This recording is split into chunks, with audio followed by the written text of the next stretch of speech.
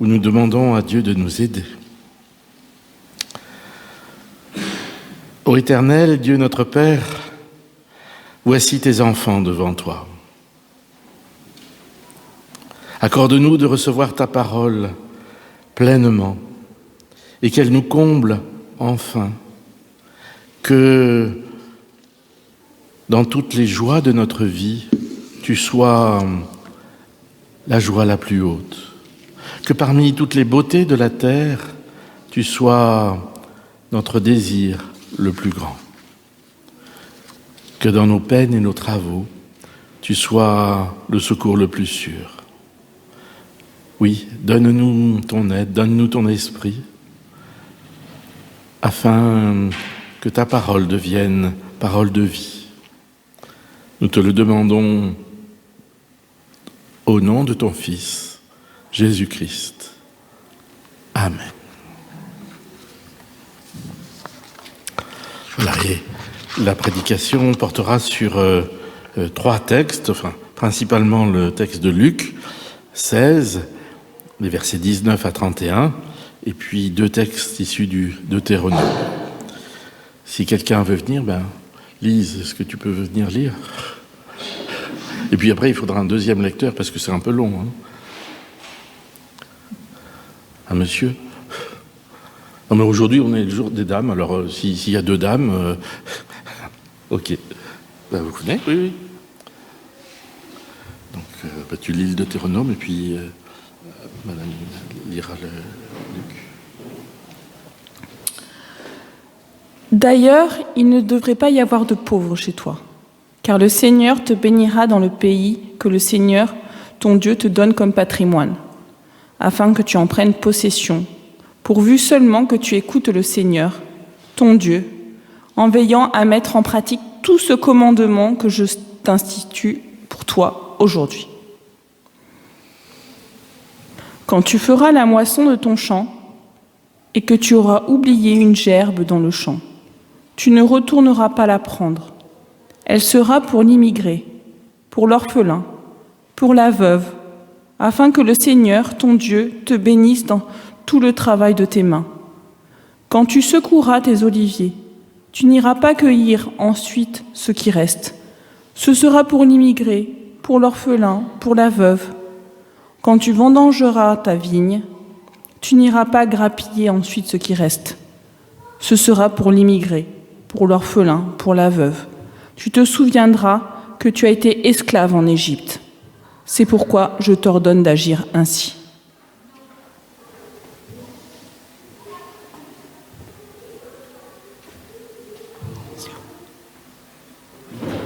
Luc 16, versets 19 à 31. Il y avait un homme riche qui s'habillait de pourpre et de linge fin et qui faisait chaque jour de brillants festins. Un pauvre, du nom de Lazare, gisait couvert d'ulcères au porche de sa demeure. Il aurait bien voulu se rassasier de ce qui tombait de la table du riche, mais c'était plutôt les chiens qui venaient lécher ses ulcères. Or, le pauvre mourut et fut emporté par les anges aux côtés d'Abraham. Le riche mourut aussi et fut enterré. Au séjour des morts, comme il était à la torture, il leva les yeux et vit de loin Abraham avec Lazare à ses côtés. Alors il s'écria : « Abraham, mon père, aie pitié de moi et envoie Lazare tremper le bout de son doigt dans l'eau pour me rafraîchir la langue, car je souffre le supplice dans ces flammes. » Abraham lui dit : « Mon enfant, souviens-toi que tu as reçu ton bonheur durant ta vie, comme Lazare le malheur. Et maintenant, il trouve ici la consolation et toi, la souffrance. De plus, entre vous et nous, il a été disposé un grand abîme pour ceux qui voudraient passer d'ici vers vous ne le puissent pas, et que, de là non plus, on ne traverse pas vers vous. » Le riche dit : « Je te prie alors, Père, d'envoyer Lazare dans la maison de mon Père, car j'ai 5 frères.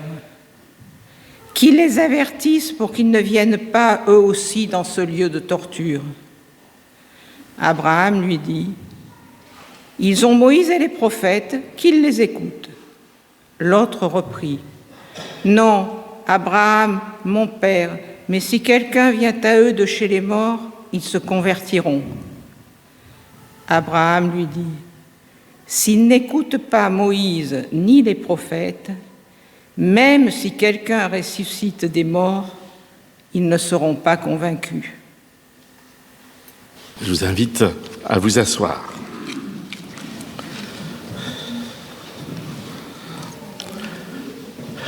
Frères et sœurs, pour ce jour d'offrande aujourd'hui, offrande parce qu'il est offert un repas où les dames sont servies, où les rôles, parfois, sont inversés, Jésus nous raconte une parabole.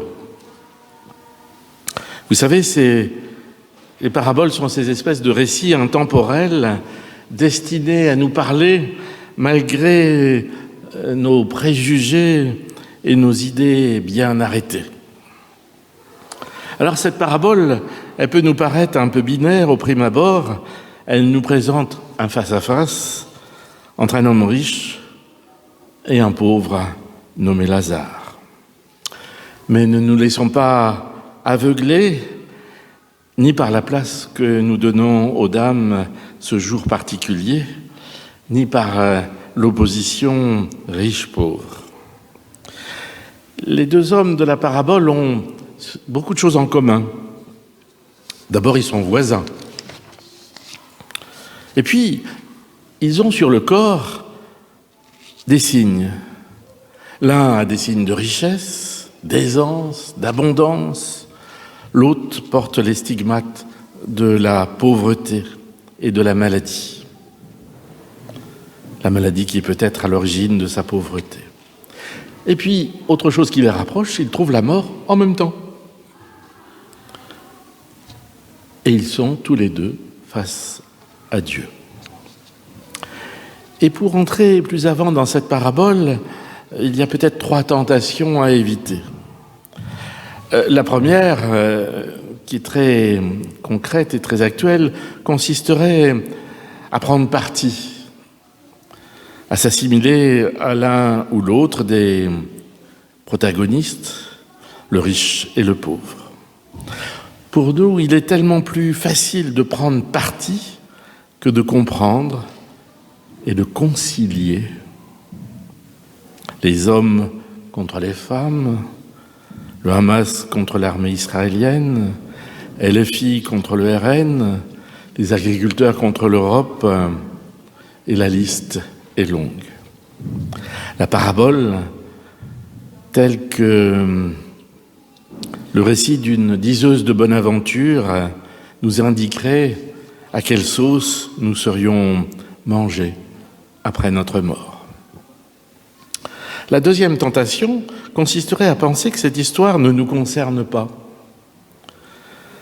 Car d'un côté, nous ne sommes pas aussi démunis que Lazare, et de l'autre, nous ne nous concevons pas, nous ne nous imaginons pas comme riches, car chacun sait, il y a toujours plus riche que nous. Et pourtant, cette histoire nous touche. La troisième tentation serait de penser que cette parabole nous parle de ce qu'il y a après la mort, de ce qu'est la vie éternelle. Et ce serait une présentation assez tranquille, un peu comme un PowerPoint. Non, ces 3 tentations évitées, cette parabole s'adresse à nous, les vivants, aux disciples qui entouraient Jésus. Elle nous parle de la vie et non de l'au-delà. Elle nous parle du monde des vivants, de notre monde, du temps présent, et ce, de façon intemporelle. Je vous propose d'entrer dans la parabole en comparant la situation des deux hommes en parallèle. Ce sont deux hommes, l'un est pauvre, l'autre est riche. L'un est nommé Lazare et l'autre est anonyme. Et Lazare veut dire Dieu aide. L'anonyme est anonyme, il n'a pas de nom, mais il est riche. Tout se passe comme si la richesse le définissait tout entier. Il y avait un homme riche, tout est dit. Et j'ouvre une fenêtre. Il y a des adjectifs, des compléments de nom qui effacent le nom. Je vais prendre quelques exemples. Un pasteur de droite ou de gauche. On oublie qu'il est pasteur, il est de droite ou il est de gauche. Dernièrement, aux actualités, il y avait un contrôleur de car contrôlé positif à la drogue et à l'alcool. Il est déjà condamné. Un salarié qui a fait de la prison. Et je vous laisse imaginer d'autres cas. Alors s'il y a des gens qui sont amoureux, il y a un langage d'amour qui ne trompe pas. Si quelqu'un vous dit « Ah, je t'aime », ça va, c'est bon. Mais s'il vous dit « Ah, je t'aime beaucoup », levez le pied. C'est le petit mot qui casse tout. Le fait est que le qualificatif aveugle,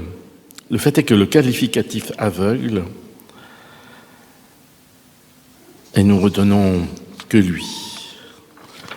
Le jugement est établi, et je ferme la fenêtre. Vous vous rendez compte que pour le riche, la difficulté de se faire de vrais amis, à qui il pourrait demander service sans avoir l'arrière-pensée que l'autre ne soit intéressé. L'un et l'autre vivent côte à côte, mais il y a toujours un fossé insurmontable qui les empêche de se voir. Dans l'histoire, ils ressemblent à ces droites parallèles qui sont toutes proches, mais qui jamais ne se rencontrent. Sauf la mort. Et la mort les rapproche. Elle les touche en même temps. La vie du riche est pleine de festins, pleine de beaux vêtements. La vie du pauvre est pleine de manque de nourriture, manque de santé, manque de relations, manque de mouvement. Et aujourd'hui, nous ajouterions manque de droits et de dignité. Jésus ne porte pas de jugement ni sur l'un ni sur l'autre. Il est simplement suggéré que le riche n'a pas suivi Moïse et les prophètes. Et c'est là que les textes du Deutéronome interviennent et qu'ils nous parlent. Le premier texte nous dit quelque chose de bouleversant. Il ne devrait pas y avoir de pauvres chez toi, car le Seigneur te bénira dans le pays que le Seigneur ton Dieu te donne. En terre promise, l'organisation de la société doit être telle que les pauvres ne peuvent pas exister, ou dit positivement que les pauvres doivent avoir des moyens pour exister. Et le texte du Deutéronome nous parle d'un geste récurrent et obligatoire. Oublier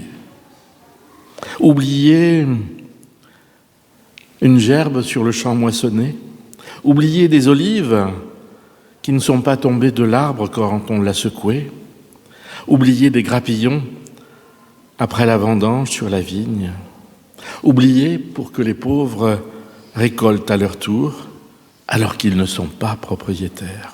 Et c'est un ordre de Dieu.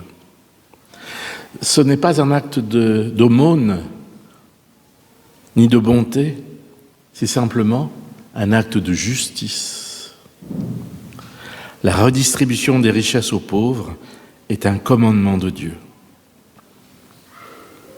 C'est dire combien notre association d'entraide est intégrée à l'Église. C'est dire combien la politique de redistribution des richesses par l'impôt est essentielle pour l'équilibre de notre société. C'est dire combien il est attristant de voir le fossé entre les riches et les pauvres s'agrandir. L'homme riche de la parabole n'est pas injuste devant Dieu.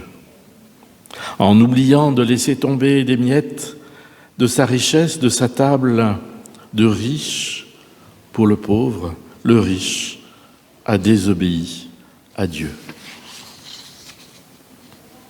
Ne pas oublier de laisser des miettes. Il y a une loi relativement récente qui interdit que soient rendues impropres à la consommation des denrées alimentaires qui ne peuvent plus être vendues, mais qui peuvent encore être consommées.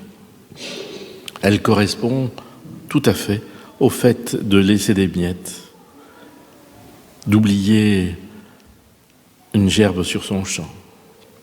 S'enrichir est une bénédiction de la part de Dieu pour les Hébreux. Mais celui qui s'enrichit se place devant une nouvelle responsabilité, répartir sa richesse afin qu'il n'y ait pas de pauvres. Aujourd'hui, tout se passe comme si la richesse était une réussite et en fait exonérait de la responsabilité, de toute responsabilité vis-à-vis des personnes sans ressources. Elle enferme les riches dans des ghettos interdits aux pauvres. Les ghettos sont réels, des résidences protégées qui ne connaissent des magasins hors de prix. Tout cela pour éviter de trouver des pauvres sur son chemin. Souvenez-vous de ces hommes politiques qui, d'ailleurs à l'époque c'était des hommes, ne connaissaient ni le prix d'une baguette de pain, ni le prix d'un ticket de métro. Sans affirmer que Dieu est favorable à la mixité sociale dans les quartiers, le commandement est bien d'oublier des richesses sur place afin que ceux qui n'ont pas de ressources en profitent et se servent. Et il y a ici sans doute une nouvelle éthique du travail qui pourrait être définie et qui nous parle aujourd'hui. Attachons-nous maintenant à Lazare. Et Jésus n'en dit pas du bien. Il n'est jamais dit qu'il est bon d'être pauvre et de vivre dans l'indigence. Alors, que peut bien vouloir nous dire cette parabole ? Et si Lazare voulait nous dire quelque chose de Dieu ? La vie du pauvre Lazare est faite de désolation. La richesse, l'aisance, les relations, la santé, tous ces signes que beaucoup prennent pour une bénédiction de la part de Dieu, tous ces signes sont absents de sa vie. Serait-il maudit de Dieu ? Et non, parce qu'au moment où la mort l'emporte, Dieu veille. Lazare qui n'a jamais rien demandé de sa vie, si ce n'est de la nourriture, Lazare est installé à côté d'Abraham. Abraham qui est le modèle des croyants. Celui qui écoute la parole de Dieu et répond à son appel en confiance. Et à côté d'Abraham, Lazare est bien. Dieu veille. Tout se passe comme si cette parabole voulait nous dire que Dieu veille aux côtés des plus pauvres et des plus petits. Alors que pour l'homme ou la femme qui ne croit pas en Dieu, tous les voyants sont au rouge pour Lazare, la parabole nous dit que Dieu veille, qu'il est à côté de Lazare, même si Lazare ne demande rien à Dieu. Même si Lazare ne demande rien d'autre que de ne plus avoir faim, Dieu le connaît par son nom, entend sa souffrance et lui apporte son soutien. Comme le disent les deux béatitudes, « Heureux vous les pauvres, le royaume de Dieu est à vous. Heureux vous qui avez faim maintenant, vous serez rassasiés. » La bonne nouvelle de cette parabole, c'est que Dieu nous donne au présent le royaume de Dieu et il le donne aux pauvres, à ceux qui sont en manque, dans le besoin. L'Éternel est là, dans les manques de Lazare, de façon gratuite et inconditionnelle. C'est l'évangile de la grâce de Dieu qui est annoncé en ouverture de notre culte, alors que nous n'avions rien dit ni rien fait qui mérite quoi que ce soit. Par grâce, Dieu est présent dans notre vie, même si les signes paraissent en être absents. Voyons maintenant l'homme riche. Et lui est couvert de signes. Et si l'homme qui était riche nous parlait de nous, l'homme riche est plein de bourrelets de son corps, plein des plis de ses tuniques fines. Il ne connaît pas les manques, il ne connaît pas la faim de Lazare, il ne connaît pas la solitude du pauvre, il ne connaît pas l'humiliation de son voisin. Et si Lazare est en quête de quoi vivre, l'homme riche est en quête constante et incessante de preuves de sa réussite. Et ces preuves sont nombreuses. Sa vie en est pleine, mais elle est pleine de lui seulement. Il aime faire envie, il ne s'occupe pas des autres, préoccupé qu'il est à satisfaire ses appétits. Au jour des morts, tout se passe comme s'il était puni, comme s'il vivait à l'envers de ce qu'il avait vécu sur terre. Et il aimerait bien que Lazare, qui est auprès d'Abraham, le soulage en lui donnant un petit peu à boire. Mais la communication n'est pas possible avec Lazare. Il y a maintenant un fossé qu'il ne peut pas franchir pour aller vers son ex-voisin. Il ressemble à ce fossé qu'il, lui, n'a pas franchi et qui l'empêchait de parler à Lazare. En désespoir de cause, il implore Dieu pour que Lazare aille prévenir sa famille. Lazare serait alors la preuve, le signe de Dieu pour que ses frères se convertissent. Mais Abraham lui répond que les siens sont des gens comme lui. Ils n'ont pas suivi Moïse et les prophètes. Ils rejetteront alors aussi un homme ressuscité du séjour des morts qui leur annoncerait la nécessité de se convertir. Et la conversion n'est pas une affaire de preuve ou de signe, c'est une affaire de confiance, de foi. Et l'homme riche nous parle de nous. Nous nous attachons aux preuves, aux signes, sonnants et trébuchants de la réussite. Nous demandons des preuves de l'existence de Dieu, des preuves matérielles, judiciaires, serais-je tenté de dire. Et par ce fait, nous nous aveuglons. Nous ignorons le prochain, ses besoins, sa solitude, ses doutes, ses manques. Parfois, nous nous attachons à la réussite aux examens de nos enfants, ignorant le bonheur ou l'accomplissement de soi pour eux. Parfois, nous nous attachons à l'argent que nous ramenons du travail, qu'importe, si nous ne ramenons pas la joie de vivre à la maison. Parfois, nous nous attachons à la croissance de l'Église, à la fréquentation des activités, et peu importe si l'annonce de l'Évangile est oubliée. L'homme qui était riche vit dans le domaine des signes matériels. Il a coupé les ponts avec la parole de Dieu annoncée dans les Écritures, comme il a coupé les ponts avec son prochain. Jésus ne critique pas la richesse, il critique celui qui, à cause de la richesse ou de quelque autre idolâtrie, se détourne de Dieu et donc de son prochain, qui est dans le besoin. Avec la parabole de l'homme riche et de Lazare, Jésus nous annonce que Dieu est dans les manques, dans les soifs et les faims de notre vie. Il est dans les doutes de notre foi, il est dans la solitude de notre vie sociale, il est dans la promesse du royaume et non dans les soi-disant preuves de sa bénédiction. En Jésus-Christ, Dieu s'est manifesté aux hommes il y a 2000 ans. En Palestine, il s'est montré proche et humain alors qu'on le croyait invisible. Il a mangé avec des pécheurs, dérogeant à toutes les lois de pureté alors qu'on le croyait saint. Il n'avait pas de pierre où reposer sa tête alors qu'on le croyait tout-puissant, créateur du ciel et de la terre. Il est mort sur une croix alors qu'on le croyait Dieu. Il est absent du tombeau alors que là, enfin, on était sûr de l'y trouver. Dieu est là, au cœur de nos vies.